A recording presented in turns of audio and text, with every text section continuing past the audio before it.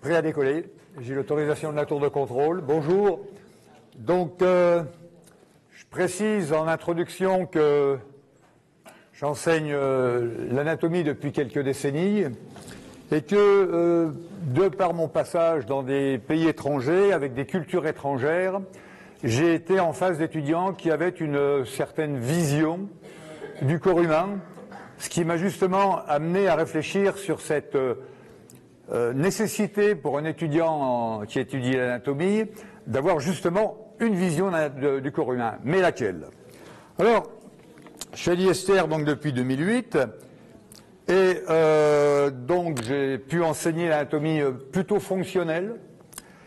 Et c'est l'ouvrage de Kapandji qui, en 2011, au soir de sa carrière, réfléchit sur le contenu de ses ouvrages et ce qui a pu en être tiré par les étudiants. Et dans la préface, le professeur Doursounian dit « Adalbert Kapandji se pose une question, et si j'avais trompé mes étudiants, et si j'avais simplement ravalé la mécanique humaine à la mécanique d'un pantin ?» D'où le titre « Qu'est-ce que c'est que la biomécanique finalement ?» Et il introduit donc dans cet ouvrage le bilan de ses réflexions, et par exemple celle sur le poignet, justement, c'est peut-être Gilles qui lui a soufflé cet exemple, en insistant sur la complexité de ses articulations. Et il a introduit également des pages, 8 ou 9, sur les fascias, et une dizaine ou une douzaine de pages sur l'évolution.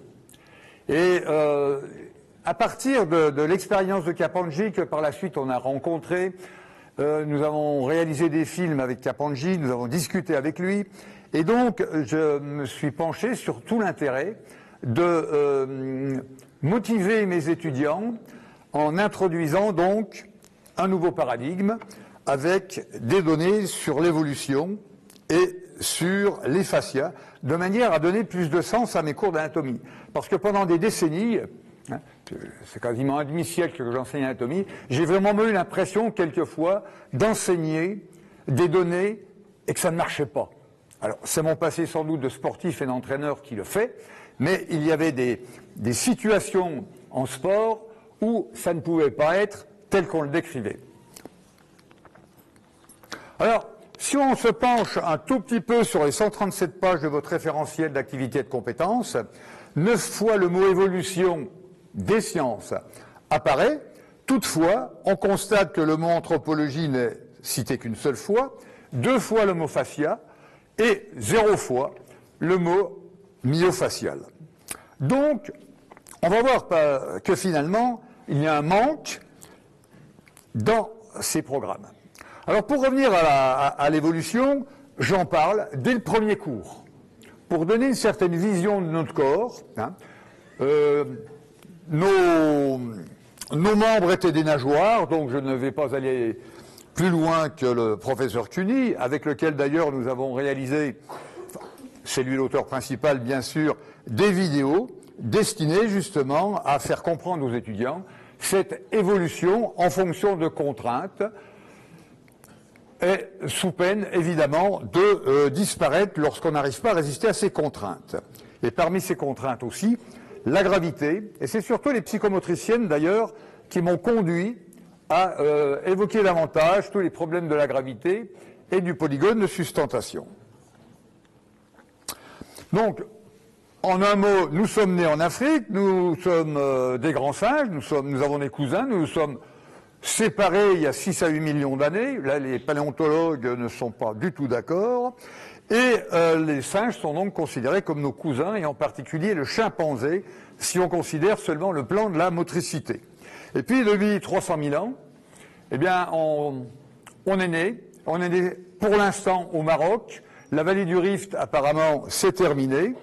Et donc, nous sommes vraiment des Homo sapiens, les seuls Homo sapiens, la seule famille, alors qu'avant, nous pouvions compter 5 à 6 familles dominines, enfin, de Homo au sein des hominines. Et puis, j'ai découvert Daniel Lieberman, professeur à Harvard, spécialiste de médecine évolutive. C'est peut-être pour ça aussi d'ailleurs que je suis donc devant vous. Et vous voyez ici le titre de son laboratoire, vous voyez ici le nom de son département, je ne vous le traduis pas, et dans la présentation de son travail, de sa recherche, il part d'une phrase célèbre qui n'est pas de lui: « Rien en biologie n'a de sens, si ce n'est à la lumière de l'évolution. » Et là, ça devient plus intéressant pour moi, prof d'anat. Une approche évolutionniste de l'anatomie et de la physiologie humaine nous aide à mieux comprendre pourquoi les êtres humains sont tels qu'ils le sont. Bien. Donc déjà, si d'entrée vous posez la question de cette manière-là à des étudiants, ça peut les modifier. Ça peut les motiver, pardon. Les modifier, bon, ça va pas si vite. Et il publie en 2004 dans Nature, donc une référence quand même de haute qualité, un article où il compare le squelette du chimpanzé au squelette humain. Vous avez tous étudié l'ostéologie, moi je peux vous dire que ça a été vraiment l'overdose. Je connaissais tous les détails, mais je me demandais finalement à quoi ça servait de les connaître. Et donc, cette comparaison qu'il établit entre les deux squelettes permet d'aboutir à la conclusion: nous sommes nés pour courir. C'est un peu plus long, c'est nous sommes nés pour courir longtemps, donc spécialisés en endurance, et puis j'ajoute sur des terrains variés, pas des sols plats, avec des pieds qui doivent réaliser une performance en endurance sur des sols tels qu'on peut les imaginer il y a quelques centaines de milliers d'années, ou sinon quelques millions d'années. Avec justement un impératif: avoir une solution économique lorsqu'on décide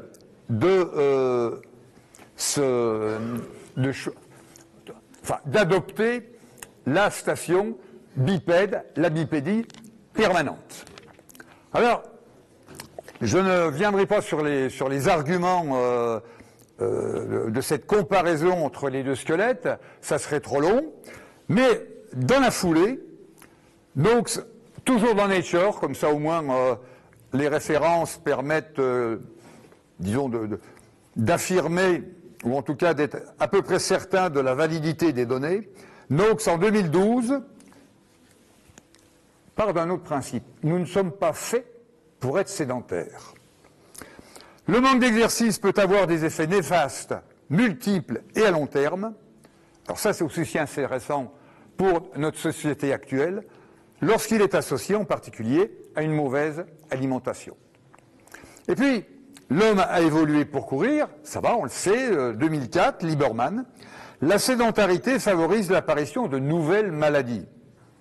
C'est peut-être ce qu'on appelle les maladies chroniques. Et c'est ce qui explique notre vulnérabilité aux nouvelles maladies. En 2015, Lieberman, Harvard, récidive et écrit l'exercice, ou conclut: l'exercice est un médicament. Nous ne sommes pas adaptés à l'inactivité, et ça, c'est une phrase que je mets en rouge, car la plupart de nos systèmes anatomiques et physiologiques ont évolué en fonction des stimuli des activités physiques de nos ancêtres. J'ai mis du temps pour la digérer. La nourriture étant rare, ces systèmes ont été sélectionnés pour éviter les efforts inutiles. Par conséquent, la sélection, chez Cuny, ne nous permet pas de faire face aux effets à long terme de l'inactivité chronique. On a parlé tout à l'heure d'inactivité, de sédentarité. Alors en 2018, le clou est enfoncé, l'exercice devient une médecine, c'est un outil puissant dans la lutte pour la prévention et le traitement de nombreuses maladies chroniques. Il est bénéfique pour la santé de l'ensemble du corps. 2018, Lieberman s'occupe du cerveau. L'activité physique est nécessaire au fonctionnement optimal du cerveau. La suite m'a vraiment amené à réfléchir, car il a besoin des myriades, c'est le terme, de stimuli liées à l'activité physique qui lui permettent d'ajuster ses fonctions aux besoins des différents organes. Le cerveau humain est donc mal adapté à l'inactivité physique. Il continue. L'énergie provenant de la nourriture étant limitée, il ne faut quand même pas oublier que les supermarchés, Leclerc, Auchan, en solde, c'est assez récent quand même, surtout au regard des longues durées du grand professeur Cuny. L'énergie provenant de la nourriture étant limitée, le cerveau humain, comme la plupart des systèmes physiologiques coûteux en énergie, a évolué, et là encore je l'ai mis en rouge, tout en rendant nécessaires des stimuli provenant de l'activité physique afin d'ajuster sa capacité à la demande. Par conséquent, le cerveau humain, lui aussi, est mal adapté à une activité physique insuffisante. Alors, sous-entendu, le problème aussi du cerveau, c'est qu'il consomme 10 fois plus d'énergie que les muscles et que bien d'autres organes. Et je vous recommande à ce sujet d'écouter sur YouTube les conférences de Jean-Jacques Hublin, paléoanthropologue, titulaire de la chaire de paléoanthropologie au Collège de France. Il est passionnant. Et à l'occasion des Jeux Olympiques, d'ailleurs, il a fait de très belles interventions avec mon idole, mon fan, enfin je suis fan, de Daniel Lieberman. Alors qu'est-ce qui se passe plus tard? Tout s'enchaîne. Conséquence de cette approche, les Américains, bon là c'est vrai qu'ils ont été un peu en avance, hein, parlent de santé globale, de médecine globale, et puis nous un petit peu, avec quelques années de retard, eh bien on considère aussi que l'exercice est un médicament, s'inscrit dans le cadre d'une démarche de santé globale et de biologie ou bien de physiologie intégrative. Là, c'est peut-être l'erreur que j'ai commise pendant des décennies, hein, c'est de ne pas m'inscrire dans cette démarche. Et on parle d'APA, donc d'activité physique adaptée, qui s'installe dans les secteurs de la réadaptation et des sciences du sport. J'ai consulté le site de la Haute Autorité de la Santé, en vous rappelant quand même que notre ancien président est le grand patron, hein, et qui parle justement d'APA, de l'assurance maladie, qui se préoccupe aussi de la prescription de l'activité physique adaptée, et puis bon, des programmes nationaux, etc. Donc c'est quand même une approche qui s'inscrit dans le paysage du secteur santé français, avec sans doute des retards. Alors, on voit bien, quand on suit l'évolution de Daniel Lieberman au cours de la dernière décennie, eh bien sur son site, hein, il justifie son approche évolutionniste qui nous aide, qui le revendique, et qui nous aide à fournir des indications essentielles sur la manière de prévenir de nombreux types de maladies et de blessures. Vous noterez d'ailleurs au passage, hein, tout ce qui est sous-entendu dans cette représentation de notre descente des arbres pour adopter la bipédie permanente. Alors petite précision tout de même, Daniel Lieberman est marathonien, s'entraînait pieds nus à Harvard, ça pour l'image de marque, c'était très bien, c'est un peu tard pour qu'on s'y mette, hein, Gilles, mais bon, maintenant j'ai l'impression qu'il a arrêté. Et c'est lui qui a montré, avec d'autres collègues, que nous pouvions être plus endurants qu'un cheval, tout simplement sur de longues distances, notre organisme étant organisé autour d'une économie d'énergie, autour d'une activité nécessitant de l'endurance, sachant que, enfin, des qualités d'endurance, pardon, sachant que nous sommes de très, très, très mauvais sprinters. Nous sommes nuls. Regardez notre physiologie. La filière aérobie est la plus développée. La filière anaérobie, pas grand-chose. Et il dit bien que le recordman du monde n'est est très mauvais par rapport au chien de votre voisin. C'est-à-dire que, en fait, nous ne sommes pas faits pour les efforts rapides. Donc c'est ce qui explique, de la même manière que les autres mammifères que nous avons chassés. Et ceci explique la chasse à l'épuisement, principe qui a été un peu, enfin, oui, oui, principes qui ont été repris justement avec des chevaux sur des courses de longue durée, et Daniel Lieberman est allé plus loin que ces chevaux qui le suivent sur sans doute le début de cette expédition.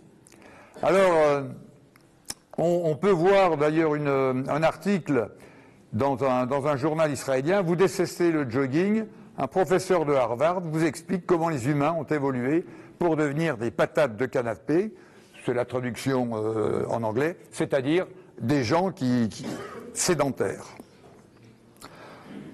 Le bilan de toute sa recherche en 2015, il rédige un ouvrage intitulé « L'histoire du corps humain ». Donc nous avons une histoire, vieille sans doute de plusieurs milliards d'années.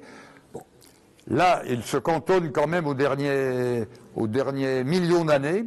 L'incapacité de notre société à réfléchir à l'évolution humaine, donc sous-entendu ça devrait être dans nos programmes, est l'une des principales raisons pour lesquelles nous n'arrivons pas à empêcher des maladies pourtant évitables. Notre corps a une histoire évolutive extrêmement prégnante, et une autre raison de prendre en considération l'histoire évolutive de notre corps, c'est qu'elle nous aide à comprendre ce pourquoi notre corps est adapté et ce pourquoi il ne l'est pas.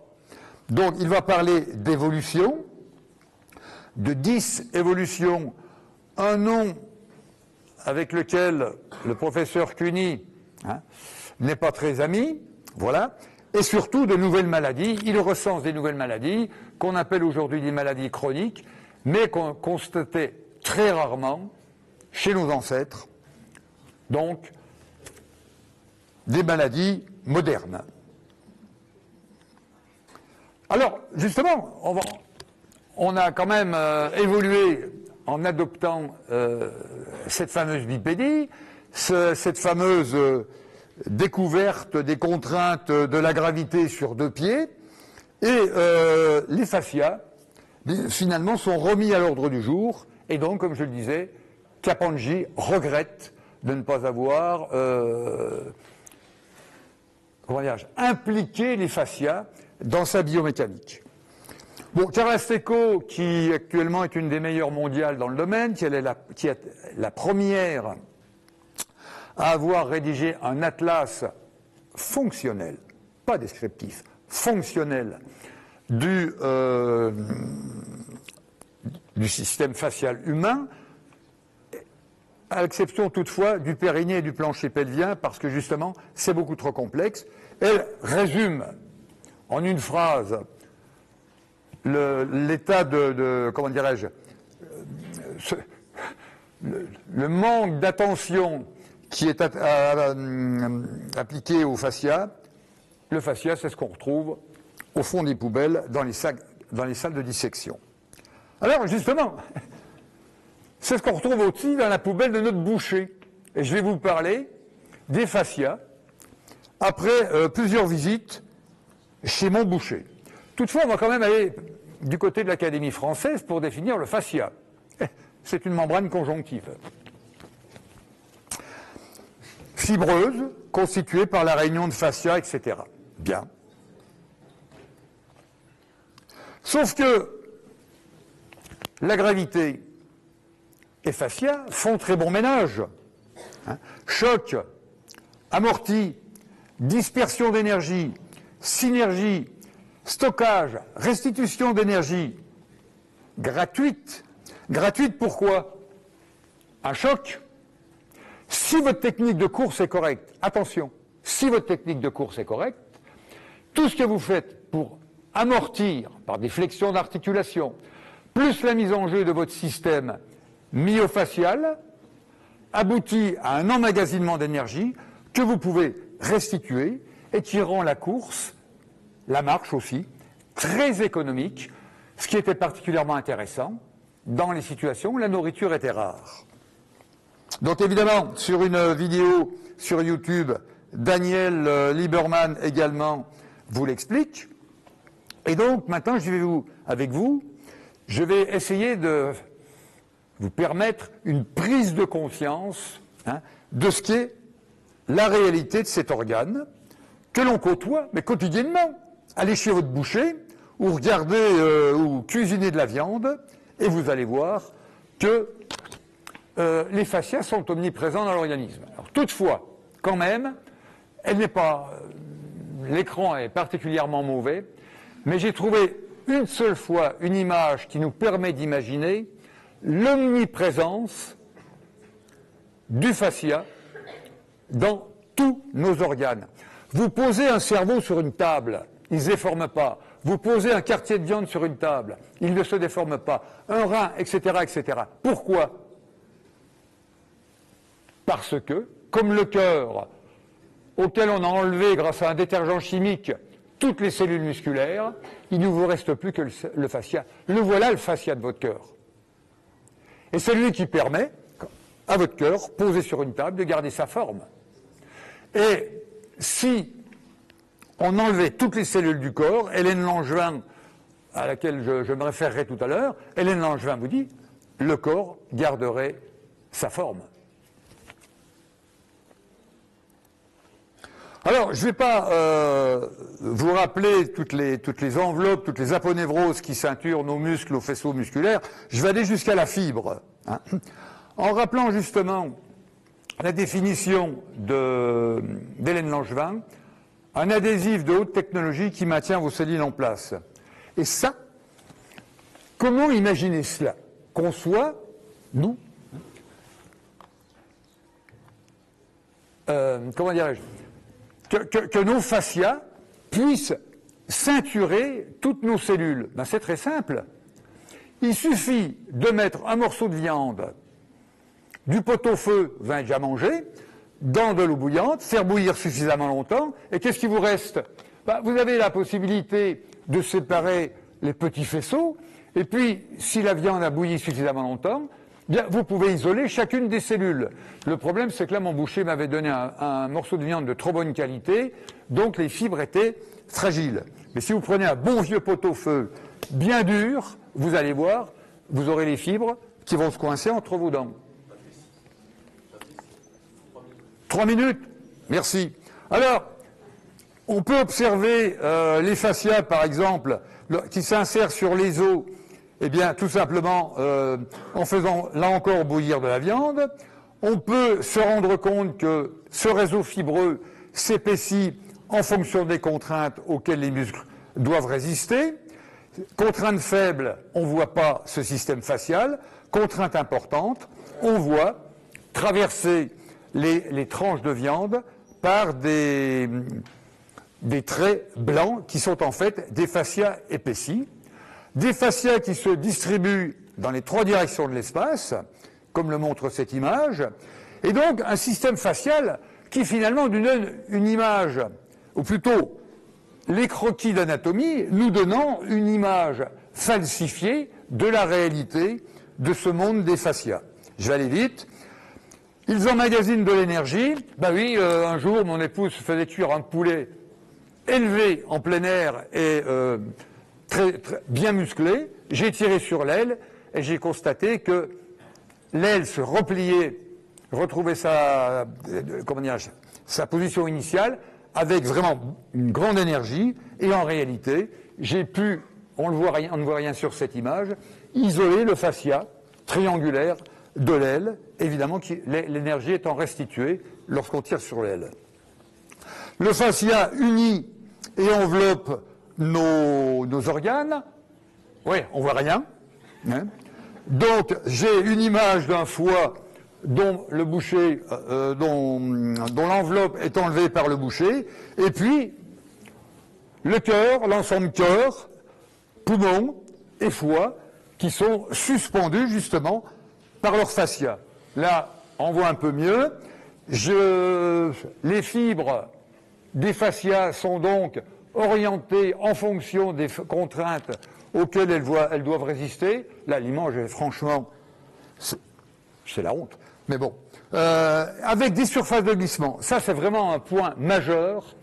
Ce sont ces plans de glissement qui définissent la direction des glissements de 2 corps musculaires, ou d'organes d'ailleurs. j'allais vite. Là, on voit rien. Donc, là aussi, on voit rien. Quelques mots sur l'acide hyaluronique. Les organes, comme ces plans de glissement, c'est-à-dire ces fascialis blancs que vous voyez à la surface des muscles, sont huilés par l'acide hyaluronique, et par conséquent, l'inactivité, la sédentarité modifie la composition de cet acide hyaluronique et qui s'épaissit, et par conséquent qui peut déterminer des douleurs. Et là j'ai la douleur de clore Ouais, il me restait quelques belles images, mais bon, vu la qualité de l'écran finalement. Ouais. Bon, c'est bon. Très bien. Comment? Ouais. Il y aura peut-être des questions. Voilà. Bon, écoutez, j'aurais aimé vous montrer d'autres images. Je savais que je n'aurais pas le temps. J'ai tenté le tout pour le tout.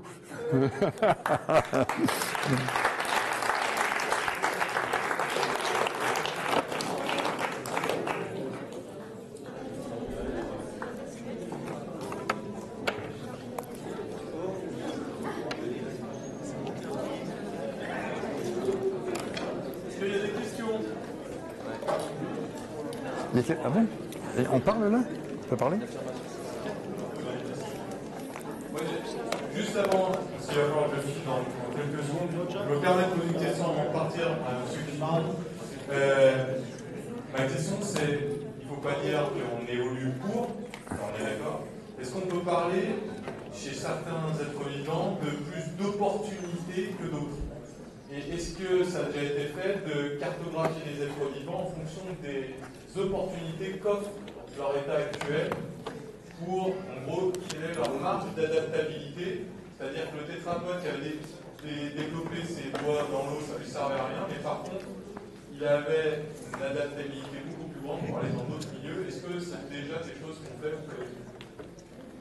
Pas à ma connaissance. En fait, je pense que l'une des problématiques de la paléontologie, quand on étudie l'évolution en zone profonde, c'est qu'on a tendance automatiquement à faire le raisonnement inverse, parce qu'on va déjà se baser sur les fossiles qu'on connaît. Et du coup, je ne suis pas au courant, ça ne veut pas dire que ça n'a pas été fait, mais je ne suis pas au courant d'études sur un organisme actuel ou sur un organisme fossile de sa capacité d'opportunisme effectivement à s'adapter. En revanche, oui, tout à fait, on peut parfaitement parler des opportunités qui sortent. Tout à l'heure, je disais que en fait, plus un organisme en fait est spécialisé, moins il aura d'opportunités de s'adapter, puisque plus sa niche devient étroite, si vous touchez à cette niche, il est trop spécialisé. Donc on sait, de par l'étude du registre fossile, qu'un petit animal omnivore aura beaucoup plus de chances de s'adapter à un changement climatique qu'un grand prédateur ou un grand herbivore extrêmement spécialisé. On peut prendre par exemple la girafe.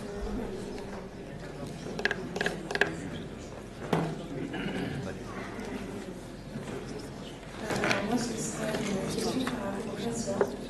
La question est, est-ce qu'il existe un fascia pour chaque organe, ou est-ce qu'on peut définir un système justement biofacial, et en fait, ça serait un système qui aurait une continuité dans toute l'intégralité du corps et dont on ne pourrait pas définir une fin pour un début?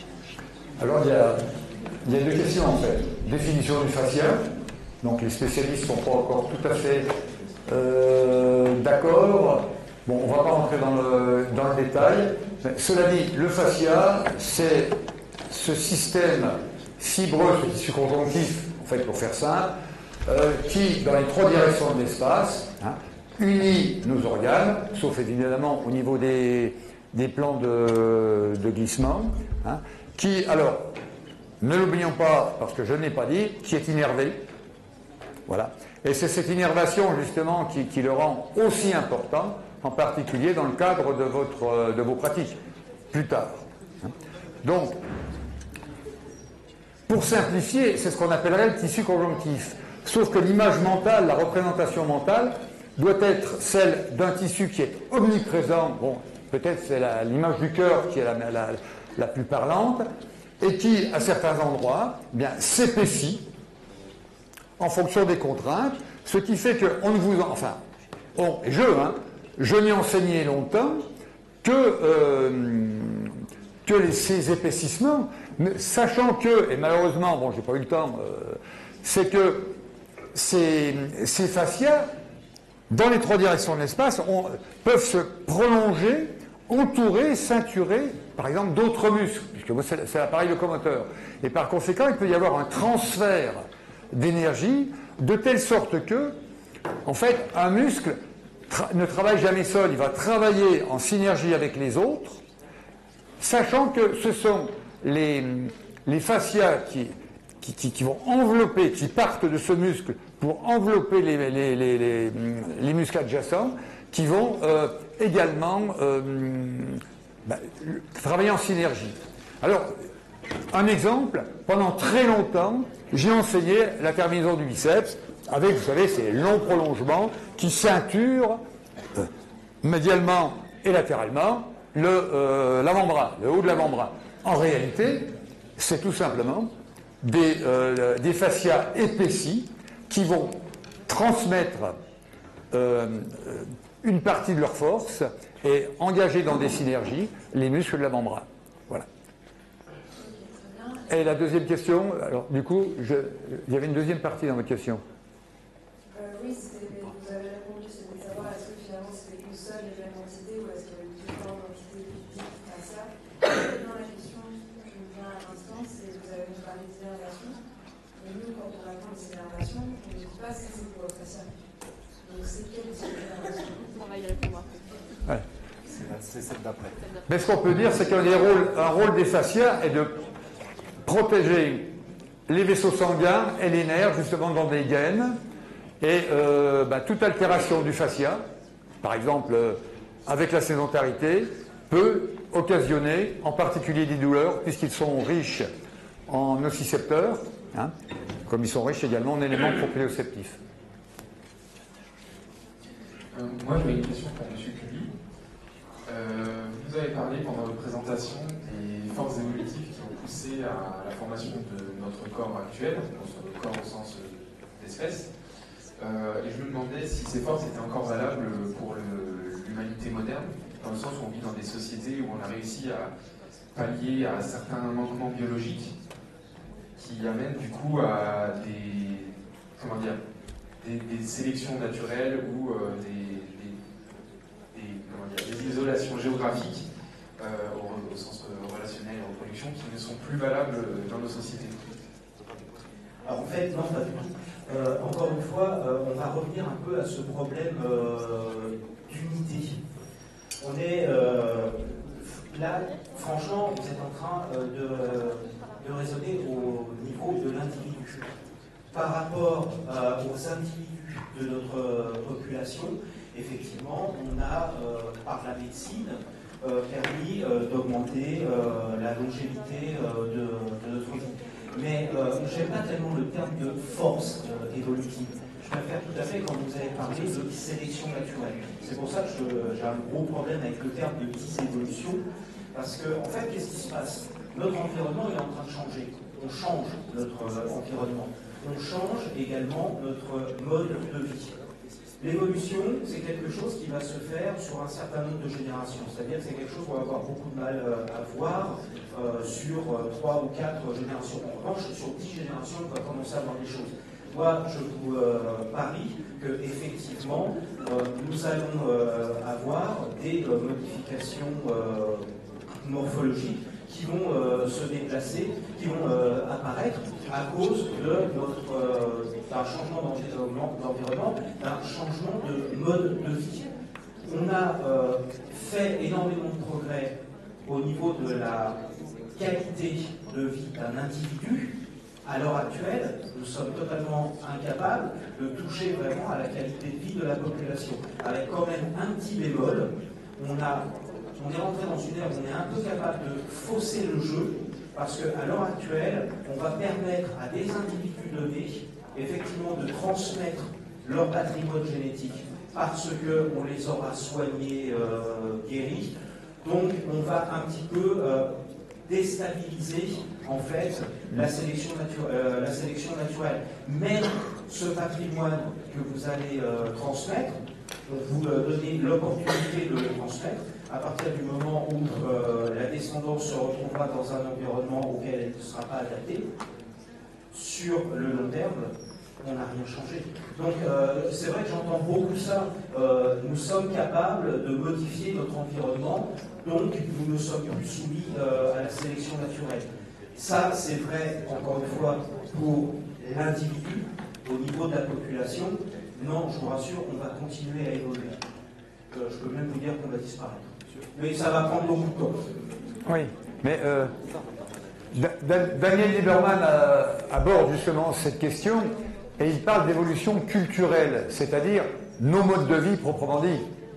C'est-à-dire, prenons un simple exemple, on marche sur des sols plats, durs. Du coup, à quoi servent les muscles inverseurs du pied? Non. On est fait pour marcher pieds nus. Et donc, le port de chaussures peut être néfaste à, comment dirais-je, pour les articulations. Donc, c'est vrai, on évolue, mais c'est aussi notre mode de vie qui évolue.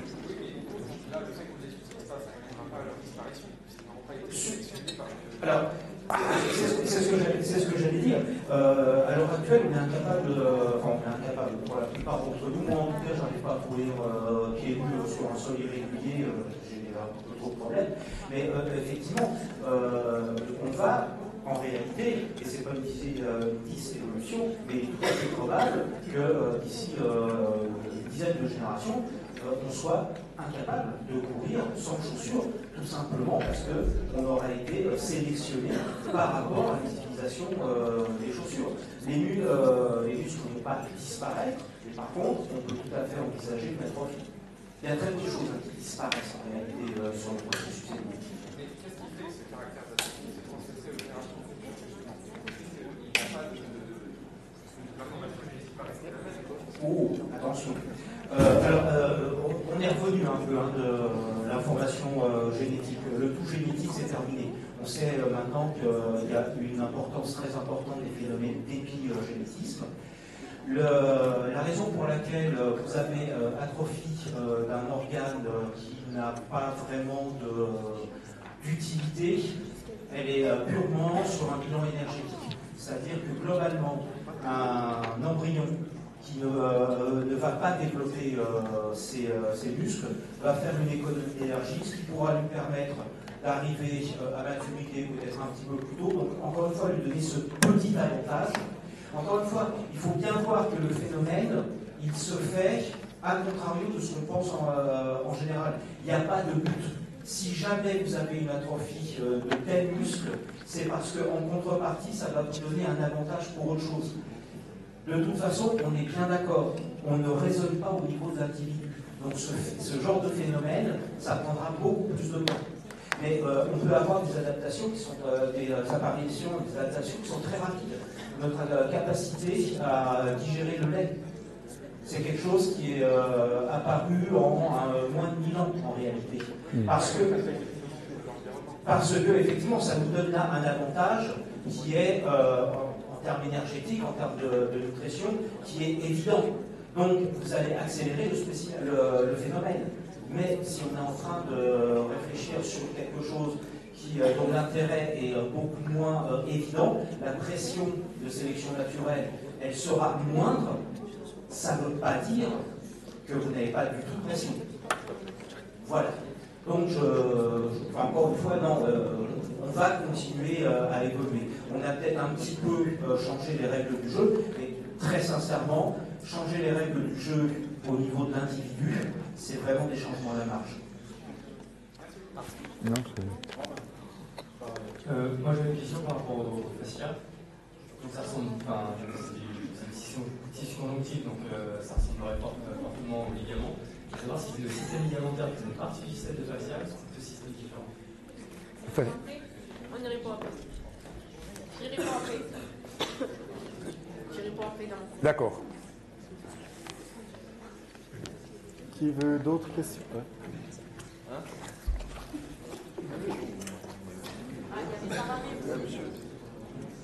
Sarah May, après,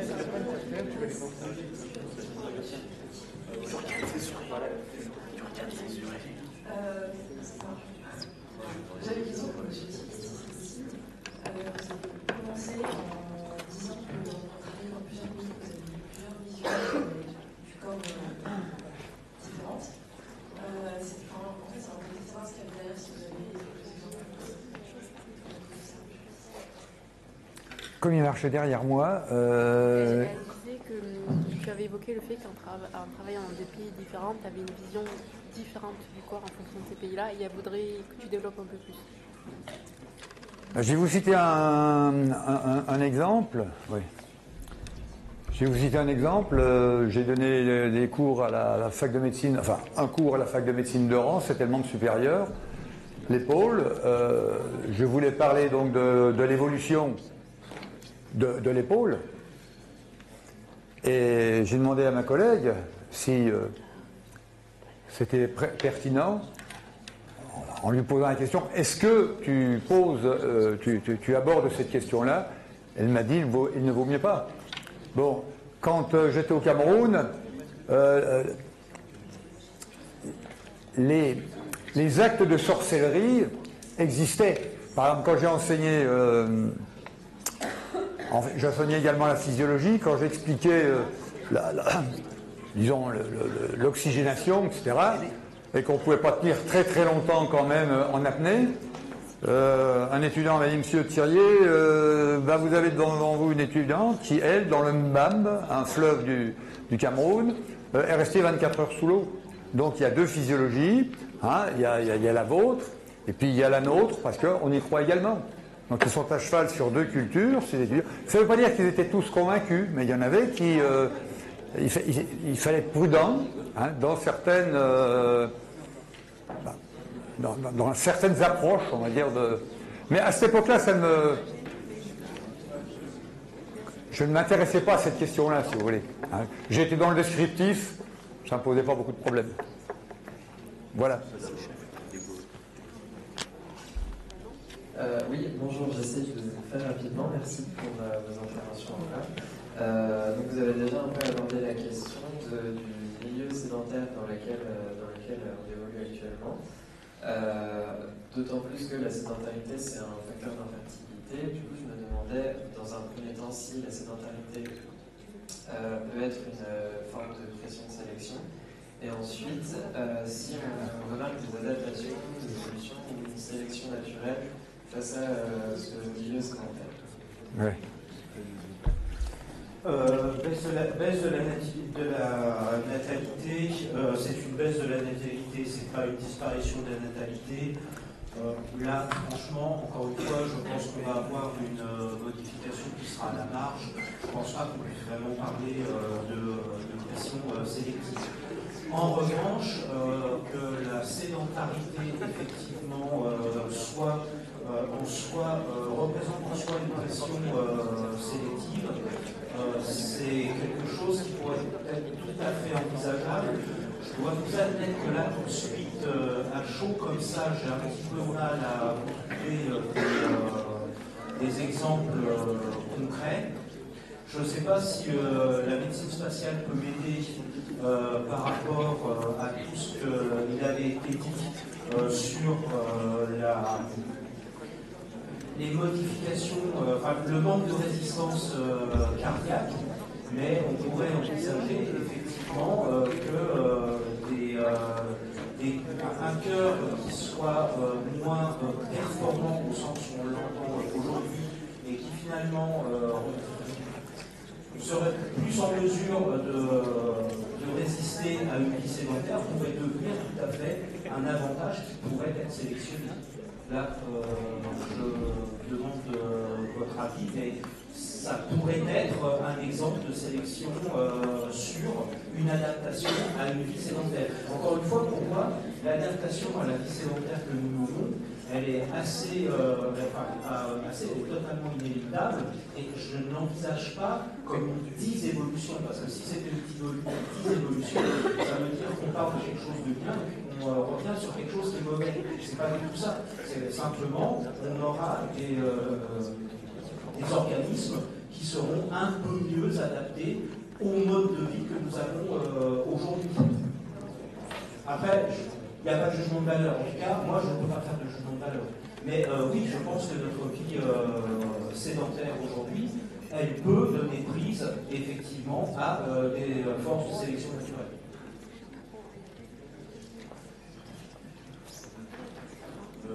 Moi, j'ai une petite question pour M. Thierry. Petite question, petite réponse. Petite question, petite réponse. Bon, d'accord. En fait, c'était,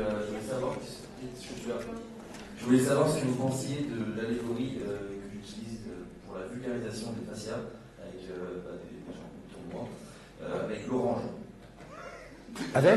Avec l'orange qui correspond à la peau, enfin, l'orange le fruit. Oui, oui. Et du coup, je voulais savoir si, en tant que thérapeute, on pouvait utiliser cette allégorie-là pour expliquer aux patients vulgairement ce qui est un fascia. Oui, alors, avec une référence incontournable, celle de Carla Stecco, qui, j'ai oublié de vous le dire, de vous donner ce conseil. Vous avez un film sur Arte qui s'appelle Nos alliés, les fascias. Il est en accès libre sur YouTube, il a été piraté, mais il est en accès libre.